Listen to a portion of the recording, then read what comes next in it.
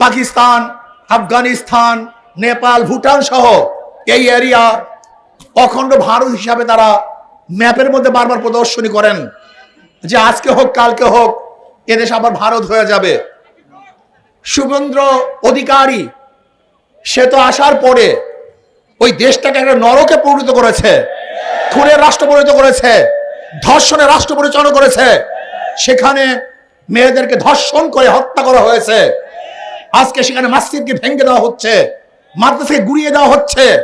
আজকে জোরপূর্বক মুসলমানদেরকে শ্রীরাম বলতে বাধ্য করা হচ্ছে। এ দেশকে দখল করার হুমকি দিচ্ছে। আমি স্পষ্ট বলবো, বাংলাদেশের মানুষ সজাগ হন, সচেতন হন। এ দেশকে রক্ষা করতে হবে। আমরা জীবন দিয়ে হলে দেশকে রক্ষা করব। যেরকম জীবন দিয়ে, রক্ত দিয়ে আমরা আধিপত্যের বিরুদ্ধে আন্দোলন করেছি, সংগ্রাম করেছি, প্রয়োজনে আমরা আবারও জীবন দিয়ে দেশকে রক্ষা করবো ইনশাআল্লাহ। কোন অবস্থাতেই বিজেপি দেশ দখল করবে, আমাদের দেশে কর্তৃত্ব করবে, বাংলাদেশে একজন মুসলমান, একজন মুমিন জিন্দা থাকতে এই স্বপ্ন পূরণ করতে দেওয়া হবে না ইনশাআল্লাহ। আজকে বাংলাদেশ সরকারকে বলবো, বহুত বুক ভরা আশা নিয়ে মানুষ আপনাকে ক্ষমতায় বসিয়েছে, কিন্তু খবরদার যদি মানুষের সাথে জনগণের সাথে প্রতারণা করেন, তামাশা। মহাসচিব বৃন্দ উপস্থিত আছেন। প্রতিকূল আবহাওয়ার কারণে আমরা সকলের বক্তব্য শুনতে পারি না, এজন্য দুঃখ প্রকাশ করছি। সংগ্রামী সাথী ও বন্ধুগণ, ভারতীয় আগ্রাসনের প্রতিবাদ এবং জুলাই সনদ বাস্তবায়নের দাবিতে ইসলামী আন্দোলন বাংলাদেশ ঢাকা মহানগর উত্তর দক্ষিণ কর্তৃক আয়োজিত গণমিছিল পূর্ব সমাবেশে এখন প্রধান অতিথির গুরুত্বপূর্ণ ভাষণ প্রদান করবেন ইসলামী আন্দোলন বাংলাদেশের সংগ্রামী সিনিয়র নায়েব আমির, জুলাই বিপ্লবের অন্যতম বীর সিপাহসালার, এদেশের ইসলামী রাজনীতির অন্যতম আইডল মুফতি সৈয়দ মোহাম্মদ ফয়জুল করিম শাইখে চরমনাই হাফিজাহুল্লাহ।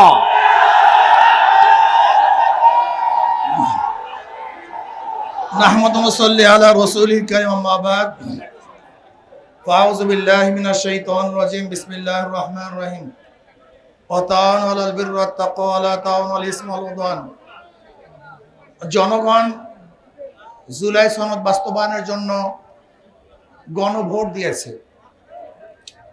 সেখানে 70% ভোট পক্ষে পড়েছে। আমরা মনে করি ইসলামের সাথে, দেশের সাথে যদি কোনো পয়েন্ট সাংঘর্ষিক না হয় তাহলে অবশ্যই জুলাই সনদকে বাস্তবায়ন করতে হবে। জুলাই বিপ্লব কেন হয়েছিল?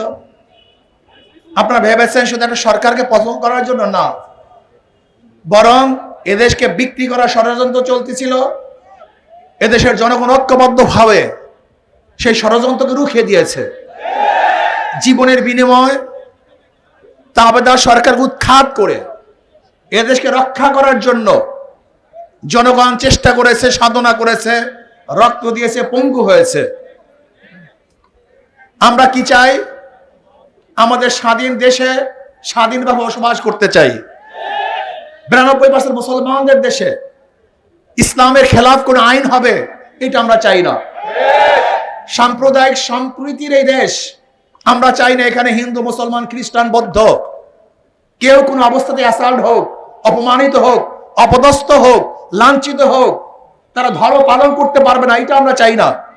কিন্তু এইটাও আমরা চাই না যে ধর্মের নামে, ধর্মকে আড়াল করে সামনে রেখে এদেশকে বিক্রি করার ষড়যন্ত্র করবে, সেটাও আমরা চাই না।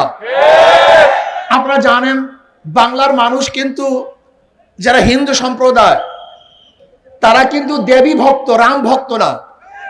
আপনাদের অনেকেরই জানা নেই যে হিন্দুদের মধ্যে সমস্ত হিন্দুরা কিন্তু একই দেবীর, একই ভূতের, একই মূর্তির ভক্ত হয় না।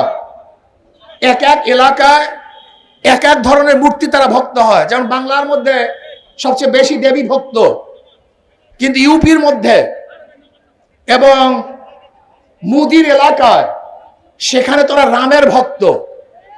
বাংলাদেশ হলো দেবী ভক্ত, মুদির গ্রুপ তারা হলো রামের ভক্ত।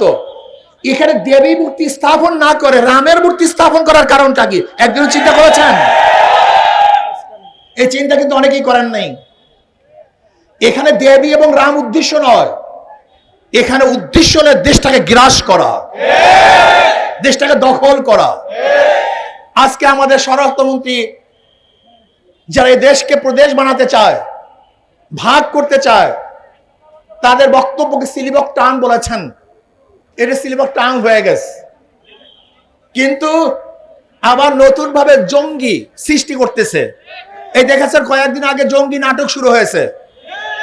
এই জঙ্গি নাটক এটা বাংলাদেশের কোন সংস্কৃতি নয়, এটা ভারতের এক সংস্কৃতি। এই জঙ্গি নাটকের মাধ্যমেই এদেশের আলেম ওলামা মাদ্রাসা মুসলমানদেরকে ধ্বংস করার অস্ত্র হিসেবে ব্যবহার করেছে। আবার ওই সরকার জঙ্গি নাটক শুরু করেছে।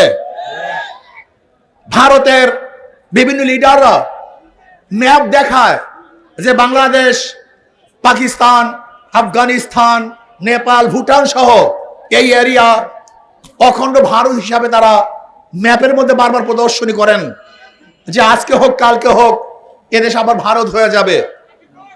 শুভেন্দু অধিকারী সে তো আসার পরে ওই দেশটাকে একটা নরকে পরিণত করেছে, খুনের রাষ্ট্র পরিণত করেছে, ধর্ষণের রাষ্ট্র পরিচালনা করেছে।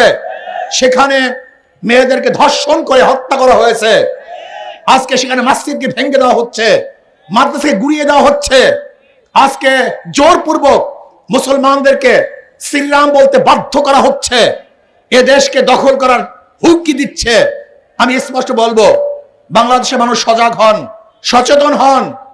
এ দেশকে রক্ষা করতে হবে। আমরা জীবন দিয়ে হলে দেশকে রক্ষা করব। যেরকম জীবন দিয়ে, রক্ত দিয়ে আমরা আধিপত্যের বিরুদ্ধে আন্দোলন করেছি, সংগ্রাম করেছি, প্রয়োজনে আমরা আবারও জীবন দিয়ে দেশকে রক্ষা করবো ইনশাআল্লাহ। কোন অবস্থাতেই বিজেপি দেশ দখল করবে, আমাদের দেশে কর্তৃত্ব করবে, বাংলাদেশে একজন মুসলমান, একজন মুমিন জিন্দা থাকতে এই স্বপ্ন পূরণ করতে দেওয়া হবে না ইনশাআল্লাহ। আজকে বাংলাদেশ সরকারকে বলবো, বহুত বুক ভরা আশা নিয়ে মানুষ আপনাকে ক্ষমতায় বসিয়েছে, কিন্তু খবরদার, যদি মানুষের সাথে, জনগণের সাথে প্রতারণা করেন, তামাশা করেন, তাহলে বাংলাদেশের মানুষ 47 রক্ত দিয়েছে, 71 রক্ত দিয়েছে, বারবার রক্ত দিয়েছে, 24 রক্ত দিয়েছে, প্রয়োজন আবারও রক্ত দিয়ে আপনার সমস্ত ধ্বংসাত্মক কার্যক্রম থেকে মানুষ ফিরিয়ে দিবেই দিবে ইনশাআল্লাহ। কাজী জঙ্গি নাটক বন্ধ করুন, ইসলাম হুকুমত কায়েম করুন। জুলাইয়ের ইসলামের সাথে এবং দেশের সাংঘর্ষিক যে সংঘর্ষ, সেই পয়েন্টগুলি নেই, সেই জুনায়শন বাস্তবায়ন করতে হবে। আল্লাহ আমাকে আমাদের সবাইকে কবুল করে নেন। আসসালামু আলাইকুম রহমতুল্লাহ। আল্লাহুম্মা আমিন। রব্বিরহামহুমা কামা রব্বায়ানি সগীরা বিরহমাতিকা ইয়া আরহামার রাহিম।